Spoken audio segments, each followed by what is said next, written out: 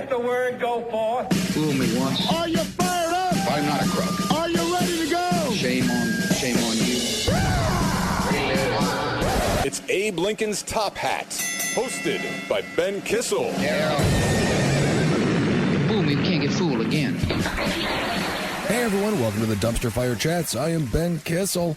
We got a lot to get to. It was a crazy week. Number one, we had the Washington Post story on Friday coming out saying that Barack Obama knew about the Russian intervention into the 2016 election in August and chose to do nothing. All he did was kick out 35 Russian diplomats.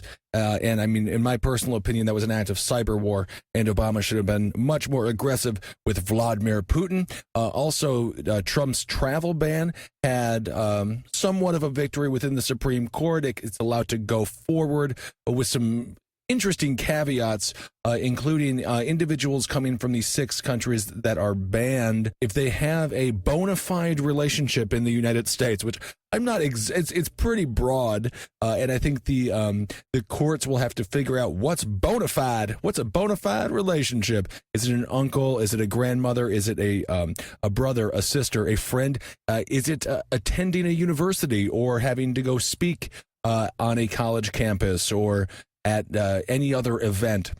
What is a bona fide relationship in the United States that would allow you to circumvent the travel ban? Also, we're going to talk about more here coming up in this episode. The Republicans are trying to push through a health care plan that has the Republican Party in a very divided state. Mitch McConnell wanted that plan passed before or voted on before the July 4th holiday. Thank God that did not happen. The politicians will have to go face their constituents over this holiday break and hopefully have the minds of their constituents in their hearts when they go back to Washington, D.C., and actually vote on this bill, because as it is right now, massive cuts to Medicaid, massive cuts to Medicare.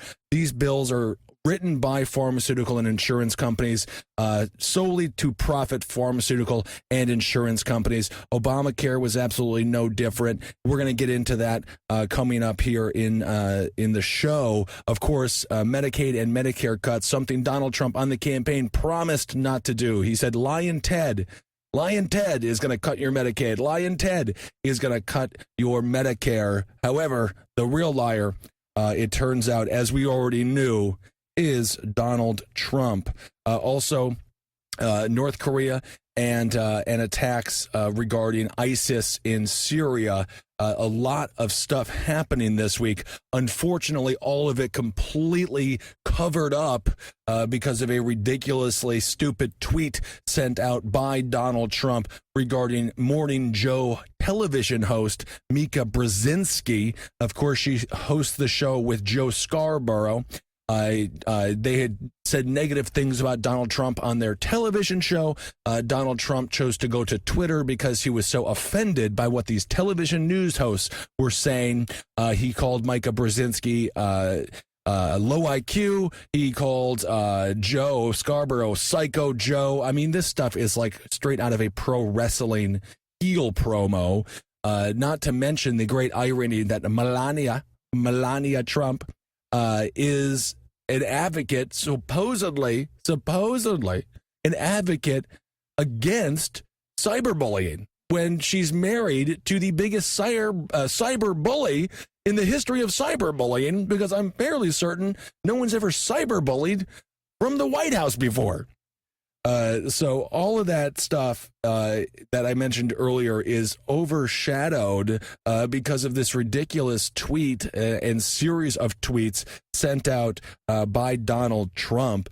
If you want to get a little bit more in depth, if you go to, I hosted in the wake of Alan Combs, the late great Alan Combs, Fox News Radio. If you go to Fox News Radio, and I know a lot of people, and you are right to hold whatever opinion you want when it comes to that brand.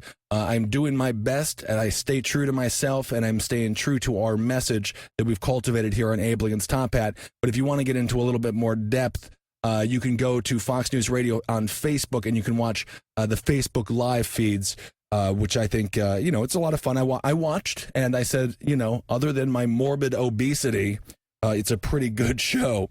So it's unfortunate that these really significant things that are going to affect millions and millions of lives in this country are overshadowed because of the thin-skinned man that we have in the White House. And of course, the news media is complicit in many ways as well, because they just see this as ratings, and they see this as, oh, another salacious tweet by Donald Trump. We better cover it ad nauseum for 24 hours a day, 7 days a week. And meanwhile, the American people are looking for answers. We're looking for signs of good governance, and we're just not getting it. Certainly not from this administration, and as we'll get into in the episode, certainly not from the Republican nor Democratic parties when it comes to what they're attempting to do with health care.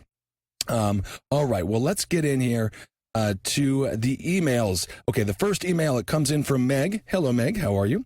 And it reads, "Hi, Ben and Marcus. I seriously could write several emails praising each of the podcasts at CCR, and maybe I'll do that someday, but specifically about Top Hat. Thank God I finally decided to listen to it." Well, thank you for listening to it. I was cautious about listening to a political podcast. However, I've been listening most of the week at work, and I'm absolutely enjoying not only the political discussion, but the fact that you discuss the social psychology behind all that's going on in the world. It's very reasonable and a complete breath of fresh air. I grew up in a strong conservative evangelical household, and now that I'm out on my own, I'm realizing that perhaps my biggest issue with the conservative side, especially conservative evangelicals, is the loss of empathy. Your recent episode 347, where you talk about politicizing everything while removing the humanity and empathy from things, really struck me, because at the end of the day, no matter what side of the political spectrum you fall, both sides have forgotten how to think and how to live. I know you aren't particularly religious, and although I have been disillusioned with nearly all aspects of the evangelical community, I still have faith in God. What I find so ironic is that the same crowd that preaches love your neighbor, feed the poor, and turn the other cheek is the same group supporting Trump and his ilk, which do the exact opposite. It's mental gymnastics, total cognitive dissonance, and it's painful to still have so many family members in the community. If I lived in NYC, Ben, you'd have my vote. This is perhaps the most logical discussion I've heard on politics in quite some time. Marcus, I don't know if you ever considered writing a book, but you've got the knowledge on so many things, and I could see you writing a totally fascinating book. Well, hail yourself, Meg, and I could not agree with you more regarding the Trump administration and his evangelical supporters. We have a situation where Sarah Huckabee Sanders, when they allow cameras in the White House press room, which is a new phenomenon that they're no longer following or allowing the First Amendment, the freedom of press, which is cornerstone to this Republic's democratic process. We have to know what our leaders are doing in order to conclude a rational opinion about their performance, which then leads us to know how to vote in the future. The fact that the cameras have been many times not allowed in the White House press room should boggle people's minds and be a very dark warning sign that we are going to fall into a totalitarian state. We already, in my personal opinion, live in an oligarchy. I mean, the republic, it's a republic, but my goodness, does it not look like more of an oligarchy on a daily basis? When it comes to Sarah Huckabee Sanders, of course, she is the daughter of Mike Huckabee, the former governor of Arkansas. She's evangelical, extremely evangelical. Of course, Mike Huckabee was out there with Kim Davis, the woman who refused to allow the gay marriage licenses. He's out there espousing his religious views. And now we have Sarah Huckabee Sanders defending Donald Trump when he makes atrocious statements like the ones he made against Mika regarding her facelift and her bleeding when she went to Mar-a-Lago, and that's why he didn't want to hang out with her. I didn't read the tweet because I'm so sick of hearing the dang tweet. For those that don't know, the context was basically talking about how Joe and Mika would have loved to hang out with Donald Trump over New Year's Eve, but Donald Trump said no because Mika was bleeding from a facelift that had gone wrong or right. I have no idea. Nonetheless, it was completely beyond the pale, completely not presidential, a total affront to the office of president, which Democrats and Republicans both agree. So now you've got this evangelical woman up there who is talking about how Donald Trump is just a counterpuncher. He punches back when he gets punched. Okay, these are two very different things. Number one, television hosts talking about the sitting president of the United States and the president of the United States, then blasting them on social media. Also, it might have, it's come to light, and now we don't know, there isn't a lot of evidence here, that Joe Scarborough was possibly threatened by the Trump administration. If they didn't cut out the bad reporting, they said, we're going to start lambasting you in the press, which is unbelievable to even think a sitting U.S. president would have such a thin skin to do that. And I completely understand your, I don't want to say rage, but you're pointing out of the hypocritical nature of the evangelical Republican.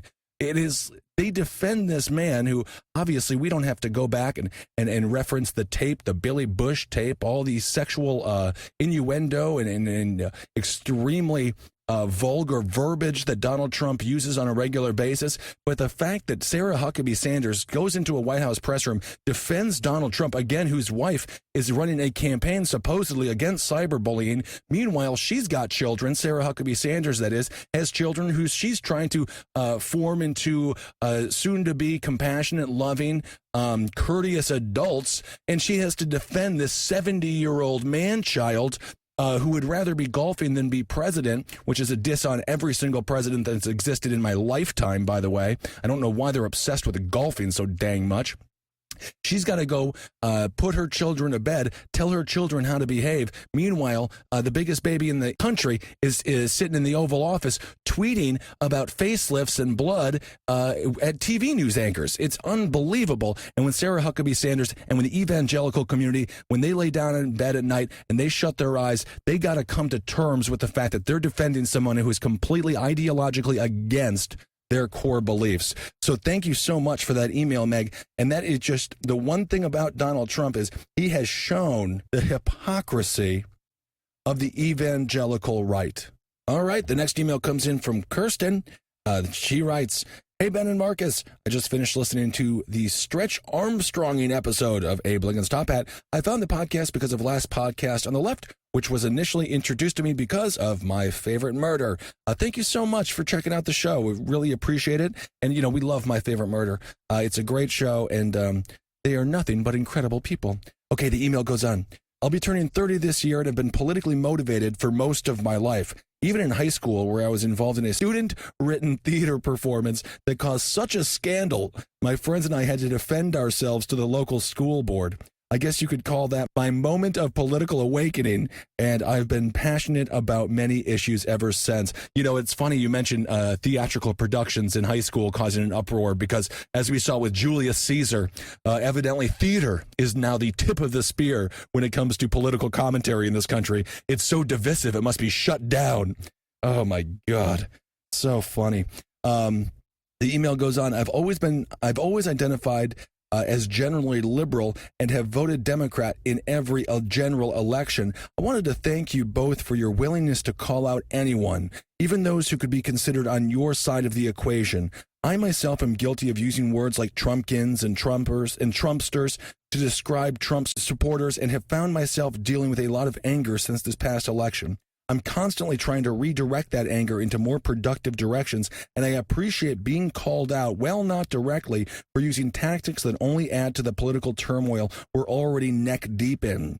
The way you both are able to hold passionate positions without letting it weigh you down is extremely inspiring, and I hope that by continuing to listen to your level-headed discourse, I can learn how to better communicate and be part of the solution rather than the problem. Thanks again, Kiki. Thank you, Kiki. Hail yourself. You know, we have a situation in this country where everyone's just going online, getting into fights, and there is no positive outcome. There is no conclusion. Everyone's simply trying to win these wars based upon likes, hearts, retweets, quote tweets, whatever it might be. And it's totally counterproductive to an actual conversation that's going to lead to positive social change.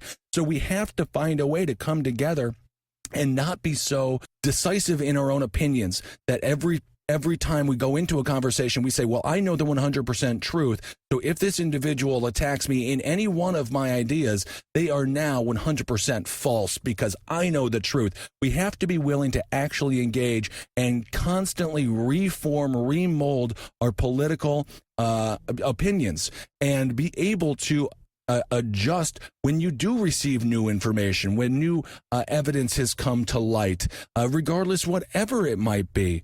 We have to be able to stay fluid in our political thinking and not become stagnant because, as sharks will tell you, when you stop moving, you die.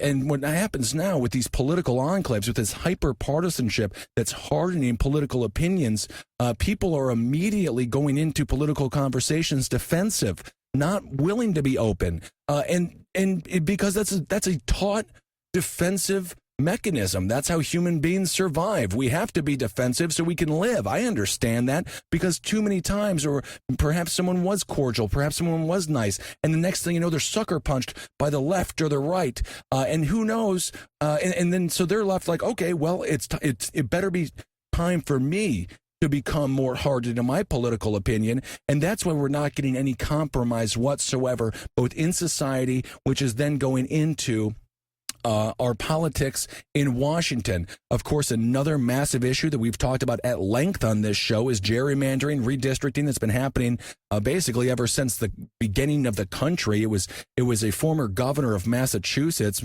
It was Governor Jerry who wanted to win re-election, created a district that looked like a salamander out of the ether, and that's why it became gerrymandering. So these politicians go to Washington, there's no incentive for them to compromise. There's no incentive for them to politic whatsoever because their core constituents at home are such a hardened base of one political ideology that there is no benefit to compromise. As a matter of fact, it might hurt them politically. As we saw with Eric Cantor when he lost to David Brett a couple of years ago. So this is really a massive problem in this country, and we have got to get back to governing, because if we don't, the entire republic's democratic process is going to completely erode and be gone. I mean, we have a situation currently where Vice President Mike Pence has already broken 3 Senate ties. The vice president is the president of the Senate, and they have the ability to tie break, okay? So he's already done 3 tie breaks. Keep in mind, H.W. Bush, when he was vice president under President Reagan, he did it 8 times, 8 total times in 8 years. Al Gore, I believe, was 7 tie breaks. So this is abnormal. Dick Cheney, he had 8 tie breaks total under 8 years. This is abnormal. We have 3 tie breaks from our vice president. We're only 6 months into this administration. And that is just a great indicator, a key indicator in hyper-partisanship and what's happening right now in Washington. And these politicians love it. That's when they create this health care bill, which we're going to talk about here coming forward. It's all written by the pharmaceutical companies. It's written by the insurance companies. The only people getting screwed over are the individuals in this country, the Americans in this country. The hyper-partisanship that we see, the cognitive dissonance that we see when it comes to healthcare is mind-boggling. We had the Republican Party lambasting the Democrats in 2009, 2010 when they were attempting to pass Obamacare, saying they're doing it behind closed doors. We need to see the bill. We need to see the bill. And now we have the Republicans doing everything behind closed doors. The Democrats now are playing their role and saying, we need transparency. That is a bunch of BS, and they know it because they didn't give us transparency when they were passing Obamacare in the first place. And now the Republicans are doing exactly what the Democrats did in 2010, and the American people are the ones looking like a bunch of fools with our thumbs up, you know what. So both of these institutions, both of these parties are to blame for the hyper-partisanship because at the end of the day, they don't live up to their rhetoric. They are beholden to the huge corporations, and they don't think about the American people when they actually get to Washington and start legislating, which is a massive, massive problem. So thank you so much for writing in. I could not agree with you more. It is we have to do something about the hyperpartisanship, and if we don't, we're going to continue down this path of dangerous rhetoric that leads to real life violence, as we saw in the Steve Scalise shooting. the House Majority Whip. Again, disagree with his politics, but no one deserves to get shot. That's not the country that we can live in. We can't go back in time and start having public duels and things like that. And again, that's why the arts are so important. You get to have the steam let out. They are the great. They allow for the steam to be let out. All right. Well, thank you so much for the email. Let's move on. All right. The next email comes in from Emily. Thank you for writing in, Emily. She writes, "Hi, Ben and Marcus. Like most people who write in, I'm a big fan of everything y'all do with CCR. This morning, I've been catching up on a few episodes of Abe Lincoln's Top Hat, specifically Negative Press Kafifi." Oh, my goodness, Kafifi. That was, of course, the tweet of the moment when Donald Trump fell asleep tweeting or something happened. I have no idea. And he wrote Kafifi, which might have meant conference or conversation, or I don't have no freaking clue what this guy is trying to write on Twitter. So she's reading specifically Negative Press Kafifi, and I just wanted to write in about something that really caught my attention. I want you both to know that I'm hearing what you're saying, but it really stuck with me in not so great a way. I hope I'm not adding to the 8 million people who write in to correct you. Not my intention whatsoever.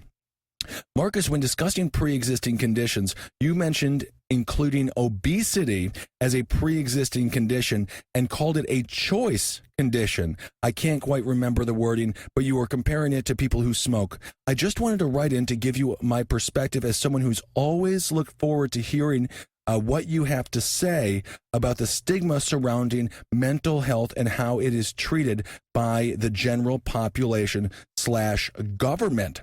I'm 23 and have been living with two conditions. Oh my goodness, I'm not going to be able to pronounce it properly. We'll go with PCOS and Hashimoto's disease, which can occur with extreme hypothyroidism, both of which cause significant weight gain. In fact, within the span of 4 years, I've gained nearly 100 pounds, and I'm unable to do many of the things that I still love in terms of exercise, sports, etc. At 23, your confidence takes a capital B beating with an extra 100 pounds. You know, Emily, I just have to say real quick, as a person who has struggled with his weight my entire life. Of course, I used to be 380 pounds. I lost 160 pounds. Now I've probably gained back about 80 pounds of that. It is unbelievably difficult. When you are going through life overweight, I feel your pain. I feel your struggle. People, they treat you differently. They really do. That was the biggest thing that I had to get over when it comes to human nature. When I first lost my weight, people were nicer. They treated me with more respect. They thought I was smarter. Girls started wanting to, maybe go on a date, if that's possible. It was really enlightening. Once I lost all that weight, it's like living two different lives. It really is you almost die and come back anew when you lose so much weight, because society is completely different, even though you're living in the exact same apartment, town, driving the same car, around similar friends, although you do tend to get more friends when you lose weight. And it was really disheartening and sad. And it made me feel like people were so shallow that they would treat me one way when I'm 380 pounds and another way when I was 220 or 240 pounds. And I remember, just thinking what a horrible realization that was as I was kind of going through my transition of and it really is a transition. It's a full lifestyle transition. As I was going through it was really sad realizing that people had been treating me in such a different, with lack of respect, in such a different way than when I had lost all the weight. I'll never forget the moment I decided to lose weight. I was around 20. And I could no longer tie my shoelaces, or I was getting winded while trying to tie my shoelaces. And I was like, am I going to need to start wearing Velcro shoes? And I think that was the moment where I was like, okay, I'm going to have to try to lose weight. So perhaps I think that was where Marcus was coming from when he was talking about it being a choice. And of course, because I totally agree with your point. I'm going to continue reading the email. I absolutely love it. And my heart is with you. For me, the reason that I gained all that weight, I had social anxiety disorder. I didn't want to be seen. And one of the great ironies about obesity, you eat your feelings. It's sort of a tumultuous childhood, strange home that I grew up in. You eat your feelings, and you do it so so no one will see you. But of course, the great irony: I was 380 pounds and 6'7". Everyone saw me, to say the least. So it was kind of counterintuitive. But when you're really in the depression and the self-loathing that I was going through, you just don't. You really lose sight of how to take care of yourself, and you lose sight of how people are perceiving you. So the email goes on. The thing with PCOS and hypothyroidism is that obesity, which is one of the most common symptoms caused by the associated weight gain, is still viewed as the patient's fault by nearly everyone, including a medical community, sometimes especially the medical community. It was considered a pre-existing condition pre-ACA. So regardless of how I eat or work out, being fat is my problem, and I'm not worth most physicians' time because obviously I don't care about myself if I can't just lose some weight. I work in healthcare, and this is just how it goes. Much of this view comes from that sort of broad generalization, in the same way that mental health is stigmatized that I heard you use on the show. I've had doctors literally roll their eyes when reviewing my chart. I can see the images of lazy, overeating people from my 600-pound life running through their heads. Before my diagnosis and weight gain, this never happened. But a doctor wrote obese on my chart, and that sticks with me. Also, I'm not 600 pounds. I'm around 250 at 5'10", but that puts me in the same category as someone at 400 to 600 pounds medically. I understand the sensitivity of this subject, and the verbiage that's used around individuals who are heavy set can be really, really hurtful. I'll never forget, I was trying to go buy a suit jacket, not at Jose Bank, by the way. I wasn't quite as professional as I am these days. I was someplace, some moo barn or dress barn, some big and tall store for men. It's always like extra, extra, extra large. It's like, I got it. I know. Thank you. And the guy pulled out a suit jacket, and I was like, what's the size? He says 54 portly. 54 portly was the size of the suit. I was like, could you change it to like 54 like lumberjack, or like 54 like might be a good pro wrestler one day? 54 portly, and that stuck with me because it was so dehumanizing and so sad that I would be the size of a animated pig. 54 portly. It was tough. It was tough, and looking back on that time, the amount of insecurity and the amount of sadness that goes into being such an outcast and being such, being someone who just doesn't fit the normal mold. It's very, very difficult. The email continues. When we look at one symptom and associate choice with it, we're discounting the huge percentage of people who are trying so hard to cope with their new and unfortunate reality. My thyroid doesn't produce the right hormones, and my pancreas doesn't make the right amount of insulin, so my body is unable to process sugars correctly, storing them as fat, and the hormones that make my metabolism run just aren't there. I don't choose that, just like I don't choose the imbalance of serotonin in my brain that my brain produces.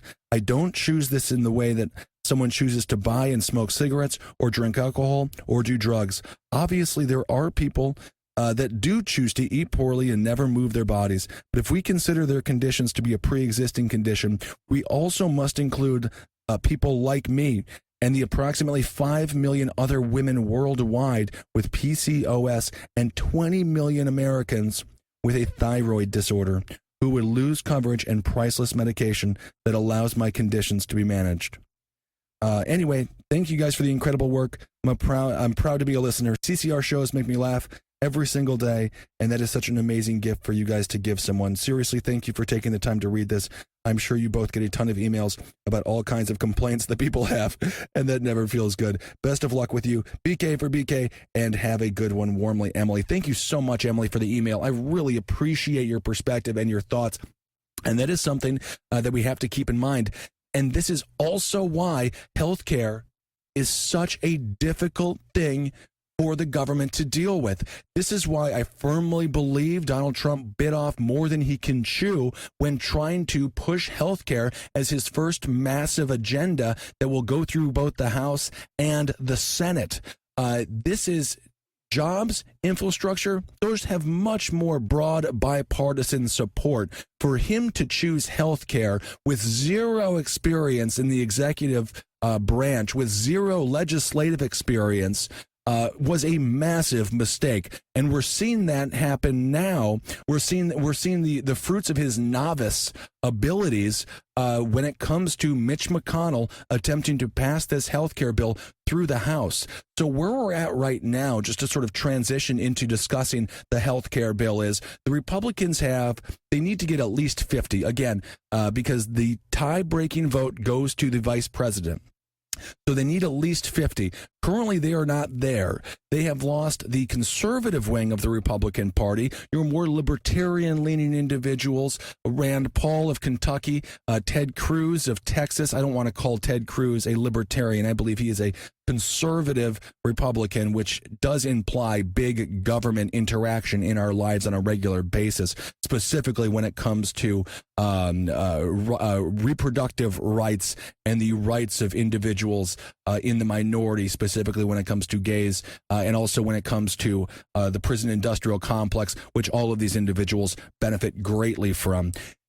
Nonetheless, the conservative wing of the Republican Party, Rand Paul of Kentucky, Ted Cruz of Texas, Ron Johnson out of Wisconsin, and then, of course, we also have Mike Lee out of Utah. They are against the health care bill that the Republicans have put forward because it doesn't do enough to repeal Obamacare. As Rand Paul called it, Obamacare light. And let's keep in mind, Paul Ryan, the creator or the great mind, I say this with great satire and sarcasm when it comes to healthcare. If you recall, Paul Ryan, for 8 years under Barack Obama, said that he had the healthcare bill. He had the holy grail of healthcare bills. And no one could see it. It was under lock and key. It was like Jimmy Hoffa's body, just buried deep in the ground. No one's going to see it until we're ready for the big reveal. It was like when Geraldo Rivera promised to open up Al Capone's safe. And you know what? Dare I say there was more substance in Al Capone's safe, more positive substance than what is in this healthcare bill the Republicans are pushing forward right now. Paul Ryan refused to let anybody see it. He was like the Joseph McCarthy, of course, a senator out of Wisconsin during the great communist hunt. Roy Cohn, of course, the great inspiration for Donald Trump, being the lawyer for Joseph McCarthy as well. Joe McCarthy would never let anyone see what's in the briefcase. What's in the box? What's in the briefcase? He says, all the names of all the communists in Washington, they're all in this briefcase. Now, it was just a bunch of nudie mags and vodka. That's what it was in the briefcase. Okay, and so Paul Ryan promised that he was going to unveil the bill of bills when it comes to health care, and this is what he's given us. What he has given us is a massive grab for the wealthy, and another billions upon billions of dollars will be made by big pharmaceuticals and big insurance companies. And mark my words, Obamacare did the exact same thing, because Obamacare was written by the exact same companies that have donated millions and millions of dollars to both the Democrats and the Republicans. So you have your conservatives who will not go along with this bill. And then you also have your moderates. We're talking Dean Heller out of Nevada. We're talking Susan Collins out of Maine.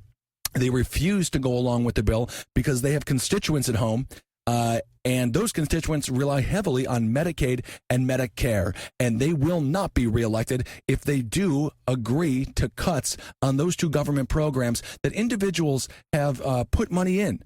You know, they want to see a return on their investment. And their investment was Medicaid, Medicare, and they want the return. Their investment is their tax dollars, and the return is Medicare and Medicaid. And of course, these pharmaceutical companies and these insurance companies, they want a return on their investment as well. That's the problem with all of these bills. These people go to Washington, these politicians go to Washington, and they think about the lobbyist in their office more than the constituent who is back home on the farm, back home working at an Arby's, back home working at a car wash. The politicians are thinking about the lobbyists. So the Republican health care plan at this point is DOA, dead on arrival, because they have two huge groups of the Republican Party, moderate Republicans and conservative Republicans, that are against it for opposite reasons. So now if you're Mitch McConnell, who, by the way, everyone always says Mitch McConnell, he's one of the greatest organizers in political history. He can get anyone galvanized in support of something. The only thing that he is good at is galvanizing opposition, which is a much, much easier than galvanizing support for a proactive policy that will lead to a better life for the American people. So this bill that the Republicans are attempting to put forward, by the way, Mitch McConnell having the audacity to want to get this done before the July 4th break, I mean, that is insane. That is absolutely insane. It's 142 pages, and he wanted people to vote on it within a week. Without the constituents, people who have day jobs, they don't have the time to read this bill. And he was just, let's just do it. Let's just do it late Friday night. Like when Barack Obama passed TPP the same weekend, that Friday, that gay marriage was allowed. So no one even realized that he had just sold us up the river with the Trans-Pacific Partnership because we were too busy, and rightfully so, celebrating the Constitution and the rights of everyone who lives in this republic to have the rights that the Constitution has put in place, specifically the right to marry whoever the heck you want. When it comes to the gay marriage legislation, or the gay marriage ruling, rather. So this bill is not even close to being finished, and it very well might never, ever get passed. And, the thing is, we talk about the 2016 election. We talk about the October surprise. There's always a big October surprise. And in this case, it was the reopening of the Hillary investigation. And when it comes to James Comey, that was with the Hillary email leaks. That was reopened because some of those emails found their way to Anthony Weiner's home computer, and the investigation was reopened. And we don't have to rehash that entire situation. And, of course, the Donald Trump grabbed them by the you-know-what tape, that disgusting tape with Billy Bush, who was subsequently fired. I believe there was an Access Hollywood tape, was fired and still can't get work because he was there. Well, Donald Trump said, grab them by the you-know-what, and meanwhile, Donald Trump is president. So you tell me where the fairness is in all of that. But the other October surprise was premiums went through the roof. This was when people went to their mailboxes, they got their health care bill, and they found out they had quadrupled. And that did no favors for Hillary. It did no favors for the Democratic Party. And all it did was allow individuals to overlook all of the issues with Donald Trump because they saw maybe he can get things done. He's promised not to cut Medicaid. He's promising not to cut Medicare. And he says he can do it by himself. You're looking at a bill. You can't afford it, and you don't know what else to do, so you're willing to go and take a massive shot in the dark. I mean, we also have a situation where this Republican bill, it is a mandate. So if you are a conservative, this is a mandate. There's a 30% tax on young people who don't get health insurance after 2 months. So this bill, it is not replacing Obamacare. It's not repealing Obamacare. It is a worse version of Obamacare in a lot of ways. And it's going to do nothing to lower the premiums because, again, it is the requirement is that young people have to join in order to finance the program. And at the end of the day, young people will not be doing that. So, so it's not conservative. It's not intelligent. It's just another big money grab. It also is a massive, massive tax break for the wealthy. And to some degree, Obamacare was a massive tax, hike for the wealthy. So, it is the only people getting bent over the proverbial bench is us. Pharmaceuticals are going to be fine. The wealthy are going to be fine. It's us that are going to be the ones crying in pain because our government is beholden to corporations, not the people. All right. Well, let's change gears a little bit here. This next email, man, this is just, it breaks my heart so much. Philando Castile is the subject of the email. Of course, Philando Castile was the individual who was shot by Geronimo. He was a police officer, Geronimo Yanez. And the video was streamed on Facebook Live. And then, of course, we saw the dash cam video from the police car itself, and it just proved what many people already suspected to be true. This officer acted in total and utter fear and complete panic, and just mindlessly, to say the least. So this email comes in from Sarah. She writes in, Ben, the police officer was found not guilty after the hung jury was denied requests to review evidence during deliberations. Our community is devastated. This peaceful man who served our children food was murdered 74 seconds after being pulled over because he resembled a criminal. And that's an interesting word, criminal. If you haven't seen it yet, 13th, it's a wonderful documentary on Netflix. It's hard to watch. But if you look at criminality and how it relates to slavery, basically what they did was take individuals who were previously slaves. There is a caveat in the 13th Amendment that says if they are criminals, they are not protected under the same constitutional rights as non-criminals. So what do? Criminalize everything, over-prosecute, over-arrest, over-incarcerate.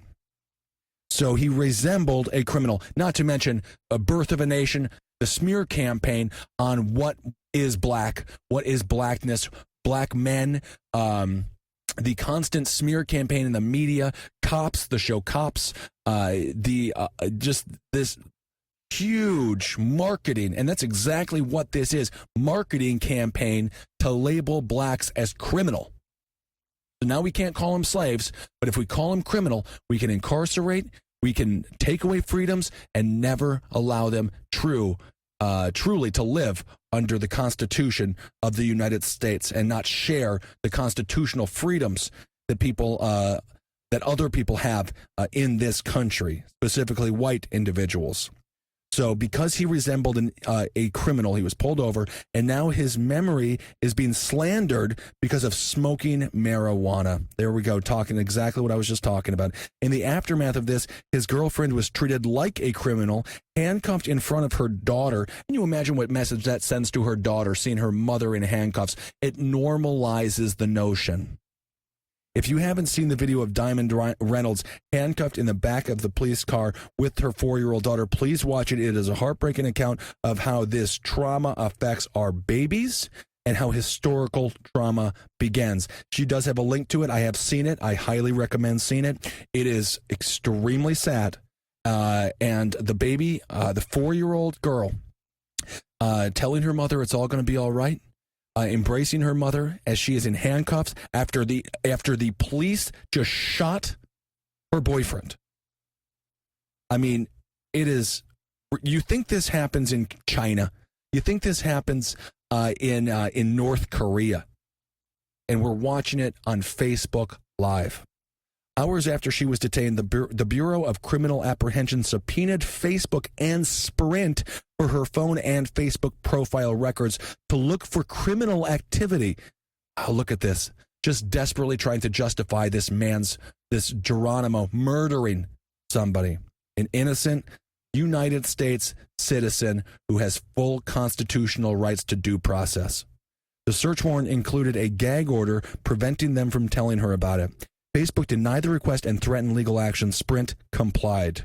Meanwhile, the officer was able to go home and received a salary through all this. His legal fees paid for by the police association, and is now negotiating a severance package from the department. Our governor and many local politicians have spoke out against this untrained officer's deadly, reckless action, yet the verdict of not guilty still happened. Meanwhile, our children know this man is not here anymore, and they don't understand why. They hear bad things about him, that he deserved it, and they don't understand it because he was always so kind to them. And we are left to try to explain the injustice of the system that values one life over another and figure out what we can do to change it. Heartbroken in St. Paul, Sarah. Thank you so much for writing in, Sarah. And, you know, this is why when we talk about the legalization of marijuana, the stigma around marijuana, and of course, as we talked about previously, the stigma around being black in America, the stigma around marijuana, this is not about hippies wanting to get high. This is about criminal justice. This is about changing the minds of individuals in this country that infer a huge amount of negative emotions when they hear someone smokes marijuana. In the case of in this case, the officer Yanez said that he believed, and as I believe I talked about on the last episode, he believed that Philando Castile was smoking marijuana in front of his 4-year-old, so he would shoot a cop. So that means, in the extension of this man's mind, well, the next thing you know, he's going to shoot a cop. I mean, this is Birth of a Nation meets Reefer Madness level of hysteria, and these ideas and philosophies have permeated themselves throughout this entire country's history. This is a massive tendon in this country's history. This kind of thinking is marbleized into the minds of millions and millions of Americans. And that's why this officer had the mental leap that he better shoot this individual because, hey, he was smoking weed in front of his kid. There's no reason why he won't shoot me. And again, as we talked about in the last episode, this would have been a great opportunity for the NRA to come up and defend Philando Castile, who followed every single law. He had a conceal and carry permit. He told the officer he had a gun. There was no reason for that officer to shoot him other than the ingrained prejudice that goes in that was in the mind of Yanez. And I also want to point out this is a New York City fact. Obviously, I'm running for Brooklyn Borough President, so which has been great because it's been so educational, speaking with people and doing research.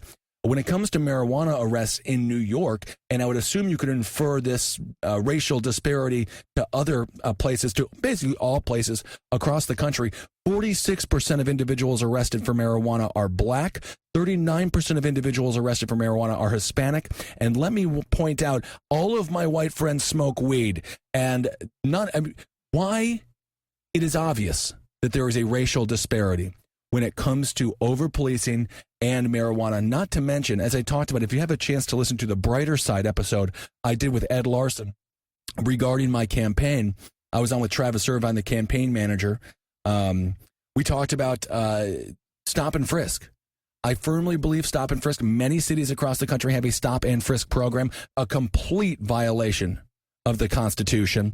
It's stop, frisk, and plant. And marijuana is an extremely easy thing to plant on somebody. There's also a great documentary, Do Not Resist. Do Not Resist. Check that out. And it'll be enlightening, to say the least, when it comes to the 1033 program that we have. And that goes back to healthcare as well. I'm not sure if I mentioned that regarding how do we pay for Medicaid, Medicare. $500 billion a year goes in, a little bit over, goes into Medicare, Medicaid. $800 billion a year goes into military. We don't need half of that military equipment. Most of it is fresh off the assembly line and just given to police precincts with the 1033 program. But politicians are too scared to vote no on something with the military because they don't want to be soft on the military, and they don't want to be soft on foreign policy. So they just continually appropriate funds to the military. And in the meanwhile, we're making cuts to PBS and Medicare and Medicaid. Doesn't make any sense. The money is all there. We have all the money in our government. We have to allocate the funds differently. Anyway, so what happens with these stop and frisks, with the idea of making a resisting arrest a felony? I mean, this is insane stuff. This is police state stuff. And it's real, and it's really happening. And it's been happening to these communities for a very, very long time. And that's why I believe them when they talk about drugs being planted, weapons being planted. In New York City, we have a 3.5-year mandatory minimum on illegal guns. I use quote over illegal guns because I firmly believe officers plant weapons on a regular basis. When I did 2 weeks of grand jury duty in Kings County, a perfect sample size and a perfect sample of Kings County, it's Brooklyn, no one believed. The blacks and Hispanics on that jury did not believe these officers coming in saying they found little snub noses. And I believe people. And I believe communities. Specifically, once you understand the history of disarming and criminalizing their very existence. Again, the 1967 Act that took the guns away from the Black Panther Party because the Black Panther Party was becoming politically successful and viable, even though they weren't nearly the boogeyman that Ronald Reagan, he was the governor of California at the time, wanted to make them out to be. The 1911 Sullivan Act here in New York City, all of this stuff goes, the left is complicit and the right is complicit into not giving the same constitutional rights to people of color. So thank you for your email, Sarah, about Philando Castile. And man, we got to make some changes here. Do away with the 1033 program. Do away with the militarization of police. Community policing. Officers should live in the district in which they police. So when they park their police car, when they park their civilian car outside their house, they're looking at a neighbor that they are also there to protect and police. So that's what we had in Ferguson. The vast majority of cops lived outside of the city. They go there like a trout fisherman going to the stream when they know the trout are jumping. They go there, fill up their quota sheets. That's exactly what happened in Ferguson. Police the extension of the tax, massive revenue streams coming through. The average home in Ferguson had 3 warrants for their arrest. 3 warrants in every house. And you tell me that's not an extension of slavery. Of course it is. Not to mention what's happening right now with our undocumented workers and undocumented Americans plan. Donald Trump just passing Kate's Law and another law to unfund sanctuary cities. California, New York, and Texas, 3 states that you could argue have high Hispanic populations, are also the 3 biggest revenue makers for this entire United States economy, an economy of roughly $18 trillion. That's about $7 trillion more a year than China. California, Texas, and New York are the top 3. California being 1, Texas being 2, New York City being 3. And you tell me that undocumented workers are not at the core of the United States economy. There's studies out there that say if you deport undocumented workers, the nation over 10 years will lose $5 trillion. $5 trillion. It is huge. The farmers that voted for Donald Trump don't want to see these individuals deported because they're the ones working in their fields, the only ones that'll do it. I worked in the bar business for 4 years in New York City. It's Hispanics. They make everything run. They bust your tables. They clean up the bar afterwards. They do every job, so many jobs that Americans don't want to do. And so for them to be demonized, and I understand we have the M13 gang. Yes, I agree. We have to do away with gang violence. All those laws are already there. All this new set of laws, these immigration laws that the Trump administration are putting down. And I apologize, I'm slightly off the topic of Philando Castile here, but I think it does play into a larger narrative of over policing and demonizing specific groups of people. And those people are never Swedish. It's never the Germans that are being over-policed, okay? It's always people of color. If you look at what's happening right now with the immigration policy, it is blatant, racist, red meat to a core constituency of Donald Trump and the Trump administration, and he is hoping that this will squash or quell their hunger a little while longer as he screws them over on Medicaid and Medicare. The criminal justice system is the biggest civil rights issue of our time. We must do something about it. We have to stop what's happening in this country. And, even Bill Clinton apologizing for the 94 crime bill, Hillary Clinton apologizing for the 1033 program. Okay, great. That's good. But now how do we change it? These policies are very difficult. To go back to the fishing analogy, it's easy to set a hook on a fish. It's almost impossible to pull it out once it gets caught on all the barbs. And there's so much money to be made in the prison industrial business, in the complex, that it is going to be almost impossible to change. We need strong leadership on this issue and on this subject.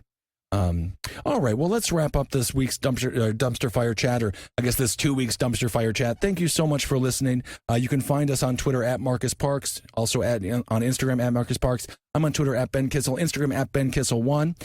Check out the BK for BK website if you want to.